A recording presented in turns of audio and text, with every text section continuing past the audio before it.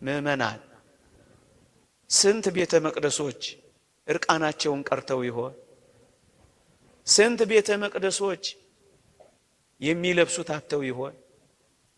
ስንት ቤተ መቅደሶች የሚያፈስ ጣራ የሻገተ ምሰሶ እንደቀየር ስንቶች ጎርፍ ላይ ያድሩ ይሆን? እግዚአብሔር ይመስገን በዚህ ዘመን ያረጀ ቤተ መቅደስ እያደስን ነው። እግዚአብሔር ይመስገን በዚህ ዘመን እግዚአብሔር ይመስገን የፈረሰ መቅደስ እየሰራን ነው።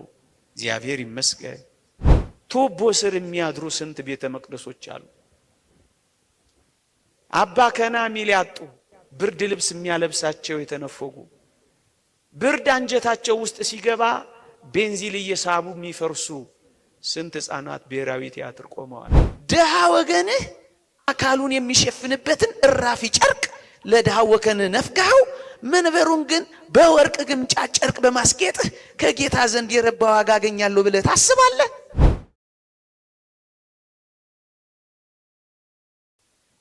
ዋና ርዕሰ ጉዳይ ነው፣ ግን ደግሞ ብዙዎቻችን ችላ የምንለው በቁም ነገር ያልያዝ ነው። አንድ ርዕሰ ጉዳይ አነሳለሁ። ታስታውሱ ከሆነ ባለፈው ሳምንት ረቡዕ በአንድ ርዕስ ተማምረን ነበረ። አስታውሱ ብያችሁ አላስጨንቃችሁም። እኔ ግን ክንፍ የሌለው ወፍ ብለን ስለ ጾም ተምረን ነበር አይደለ?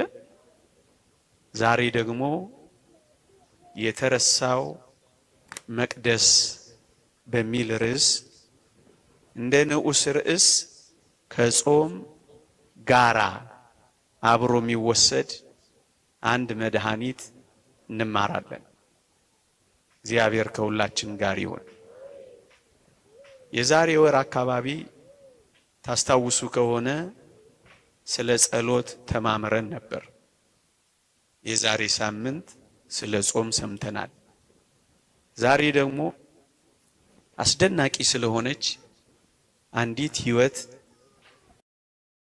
ስለምትፈጽሟት ግን ደግሞ ብዙ ጊዜ ስንናገራት ችላ ስለምትባል ስለ አንዲት ሕይወት እንማራለን። የተረሳው መቅደስ ከጾም ጋር ይላል። የክርስቶስ እውነተኛ መቅደስ የአማኙ ነፍስ ናት። እናስጊጣት፣ ልብስም እንስጣት፣ ስጦታም ማንም ፈጋት፣ በእርሷ ጌታን እንኳን ደህና መጣህ እንበለው ይላል። የክርስቶስ እውነተኛው መቅደስ የአማኙ ነፍስ ናት ይልና እናስጊጠው፣ ልብስም እንስጠው፣ ስጦታም አንንፈገው፣ የተወደደ ጌታችንን በእርሱ እንኳን ደህና መጣህ እንበለው ይላል። ስለ ተረሳው መቅደስ ማስታወስ ፈልጌ ነው። ሕንፃ ቤተ ክርስቲያን መቅደስ ነው። ማህበረ ምእመናን ስብስባችን መቅደስ ነው። አንድ ምእመን አንድ አማኝም ራሱ መቅደስ ነው።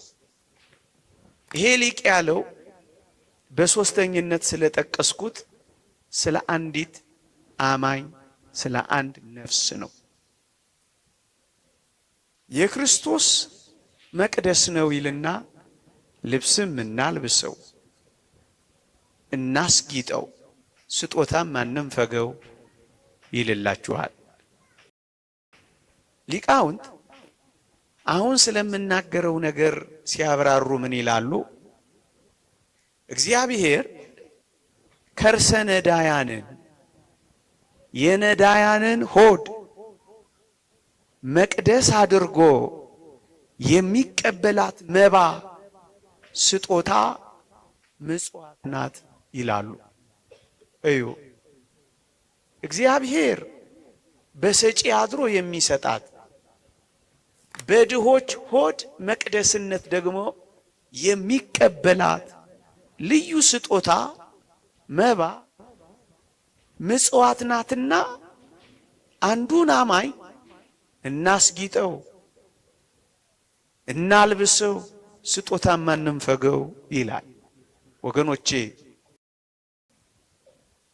የእግዚአብሔር ቤተ መቅደሶች ናችሁ የሚለውን የቅዱስ ጳውሎስን ቃል ያዙና እላይ በመግቢያዬ ላይ ያነሳውትን የሊቁን ሐሳብ አጣጥሙት። ይኸውም በነባቢት ቤተ መቅደስ በድሆች ሆድ ውስጥ ለእግዚአብሔር የምትቀርብ ተቀባይነት ያላት ቁርባንማ የክርስቲያኖች ምጽዋት ናታ። እንደ ስጦታ የሚቀበላት በሚናገር መቅደስ በአማኝ ነፍስ ሆድ ውስጥ ሆኖ የሚያሸታት መልካሟ ቁርባን ምጽዋት ናት ይላሉ አባቶቻችን። ወገኖቼ እጅግ ደስ ስለሚለው ስራችን ጥቂት ልመስክር። እግዚአብሔር ይመስገን በዚህ ዘመን ያረጀ ቤተ መቅደስ እያደስን ነው። እግዚአብሔር ይመስገን በዚህ ዘመን እግዚአብሔር ይመስገን የፈረሰ መቅደስ እየሰራን ነው። እግዚአብሔር ይመስገን በዚህ ዘመን ባለፉት ጥቂት ዓመታት እንደምታስታውሱት በጅጅጋ እንኳን 5 በአላውያን በአረማውያን የተቃጠሉ መቅደሶቻችንን በአንድ ዓመት ውስጥ ሰርተናል።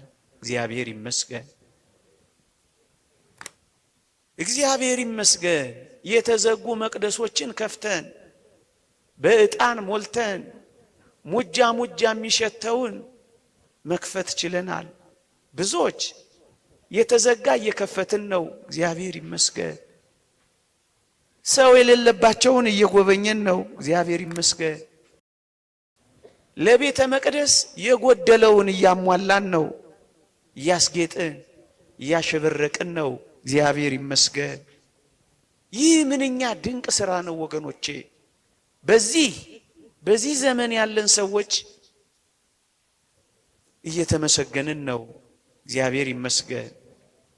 እኔ ግን ሌላ የጋየ መቅደስ አሳያችኋለሁ። እኔ ግን ሌላ የተራቆሰ መቅደስ አሳያችኋለሁ። እኔ ግን ሌላ የዘመመ መቅደስ አስጎበኛችኋለሁ። እኔ ግን ሌላ የተዘጋበት ደጅ አሳያችኋለሁ። አዎ እግዚአብሔር ይመስገን ለዚህኛው መቅደስ ብዙ ተግተናል። ግሩም ነው። ግንማ ሌላ የተረሳ መቅደስ አለ። ሌላ የወደቀ መቅደስ አለ። ሌላ የፈረሰ መቅደስ አለ። ሌላ የተዘጋ መቅደስ አለ። ሌላ ሐሩር የበላው መቅደስ አለን። እሱን መቅደስ አሳያችኋለሁ። ምእመናን ስንት ቤተ መቅደሶች እርቃናቸውን ቀርተው ይሆን? ስንት ቤተ መቅደሶች የሚለብሱት አጥተው ይሆን? ስንት ቤተ መቅደሶች የሚያፈስ ጣራ የሻገተ ምሰሶ እንደቀየር ስንቶች ጎርፍ ላይ ያድሩ ይሆን? ስንቶች ከላይ ዶፍ ከስር ጎርፍ እየወረደባቸው ይሆን? ስንት መቅደሶች እነዚህን መቅደሶች አረሳናቸው ይሆን?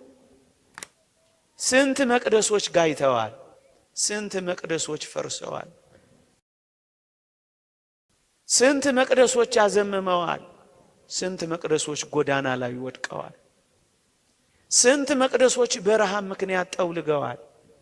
ስንት መቅደሶች በዚህ ክረምት ብቻ በብርድ ስንቶች ሞተዋል።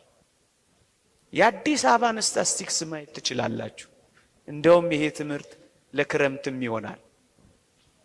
ቱቦ ስር የሚያድሩ ስንት ቤተ መቅደሶች አሉ። አባ ከና ሚል ያጡ ብርድ ልብስ የሚያለብሳቸው የተነፈጉ ብርድ አንጀታቸው ውስጥ ሲገባ ቤንዚል እየሳቡ የሚፈርሱ ስንት ሕፃናት ብሔራዊ ቲያትር ቆመዋል። እና መቅደሶች አልጋዩም ልትሉኝ ነው? እና መቅደሶች አልፈረሱም ልትሉኝ ነው? እና መቅደሶች አልተረሱም ልትሉኝ ነው? እና መቅደሶች አላረጁም ልትሉኝ ነው? ወገኖቼ ስለዚህኛው ቤተ መቅደስ ማሰባችን አያስወቅሰንም። ያ መቅደስ ግን መርሳታችን ያስወቅሰናልና ነው የተረሳው ቤተ መቅደስ ያልኳችሁ። እዩ፣ በቅዱስ ዮሐንስ አፈወርቅ ዘመን ደሃ ወገናቸውን እየረሱ ልብ በሉ፣ ደሃ ወገናቸውን እየዘነጉ ከእግዚአብሔር ዋጋ የሚያገኙ እየመሰላቸው ቤተ ክርስቲያንን የወርቅና የብር ማከማቻ አድርገዋት ባየ ጊዜ ሊቁ ቅዱስ ዮሐንስ አፈወርቅ ተበሳጨ፣ መንፈሱም ተናደደበት እና ምን አለ መሰላችሁ? የሱን ቃል በቃል ነው ማነብላችሁ። ቁም ነገሩ ደሃ ወገናቸውን ረስተውታል። የእግዚአብሔርን ቤተ መቅደስ ግን በወርቅና በብር መከማቻ አድርገውት ሊበላሽ ደርሶ አይቶታል እና ምን አላቸው መሰላችሁ? እንዲህ አለ፣ ደሃ ወገንህ በረሃብ እየማቀቀ አንተ የጌታን ቤዛ በወርቅና በብር ዕቃዎች ብትሞላው ጥቅምህ ምንድነው? ነገር ግን አስቀድመህ ደሃውን አብላው፣ ደሃውን አጠጣው፣ እንዲሁም አልብሰው ይልና በመቀጠል ማዕዱን መንበሩን በፈለከው መልክ በወርቅም ይሁን በብር አስጊጠው። መጀመሪያስ እዚያ ጋር የወደቀውን፣ መጀመሪያስ እዚያ ጋር የተራበውን፣ መጀመሪያስ እዚያ ጋር የተራቆተውን እሱን መጀመሪያ፣ ከዛስ ከፈለክ በወርቅ ከፈለክ በብር ከፈለክ በእንቁ ከፈለክ በያስፔድ በፈለከው አስጊጠው አለ። መጀመሪያ ግን ያኛውን መቅደስ አትርሳው። እንደውም ይቀጥልና ለጥሙ ጠብታ ታክል ቀዝቃዛ ውሃ እንኳን ሳትሰጠው የወርቅ ጽዋን ስጦታ አድርገህ ለእግዚአብሔር ታመጣለታለህ ይላል። እዚያ እኮ ጠብታ ውሃ አጥቷል። አንተ ግን ለእግዚአብሔር የወርቅ ጽዋ በማምጣትህ በጣም ደስ የምታሰኘው ይመስልሃልን? ይልና ደሃ ወገንህ አካሉን የሚሸፍንበትን እራፊ ጨርቅ ለደሃ ወገንህ ነፍገኸው መንበሩን ግን በወርቅ ግምጫ ጨርቅ በማስጌጥህ ከጌታ ዘንድ የረባ ዋጋ አገኛለሁ ብለህ ታስባለህ? እንዲህ በማድረግ አምላክህን በስጦታ ልትሸነግለው ትፈልጋለህ ይላል። ምን ማለት ነው? እዩ፣ እዚያ ጋር የወደቀው ደሃ ወገንህ እሱ ራሱ አንዱ የክርስቶስ አካል ነው ይላል ሲያብራራ። ምክንያቱ ብራብ አበላችሁኝ ወይ? ራሱን። ብጠማ አጠጣችሁኝም ወይ? ራሱን። ብታረዝ አላለበሳችሁም ወይ? ድሃውን እኔ እያለ አካሉ ካደረገ ይላል። እዚህ በወርቅ ሐር ያስጌጥከውን ስጋ እዛ ጋር አራቅተዋልና እዚህም እዚያም አልብሰው። እዚህ ያከበርከውን ስጋ እዛ ጋር ለምን አራቆትከው? ያንንም ስጋዬ ይሄንንም ስጋዬ ይለዋል እኮ። ታዲያስ በዚያ በኩል አራቁተዋል፣ በዚህ በኩል ግን አክብረዋል። እግዚአብሔር በዚህ ደስ የሚሰኝ ይመስልሃል ብሎ ነው የሚወቅሳቸው። የተወደዳችሁ ኦርቶዶክሳውያን አስቀድመህ ድሃ ወገንህን አስበው፣ መግበው፣ አልብሰው፣ ከዚያም ስጋውንና ደሙን ባህር ጨርቅ አክብረው። በዚያ ያከበርከውን በዚያ ታራቁተው። ይህን ስጋዬ እንዳለው ያንን ደግሞ አካሌ ብሎታልና ይለዋል። የተወደዳችሁ ኦርቶዶክሳውያን አያችሁ፣ የተረሳውንም መቅደስ አስታውሰው ይሄንንም ደግሞ አክብረው።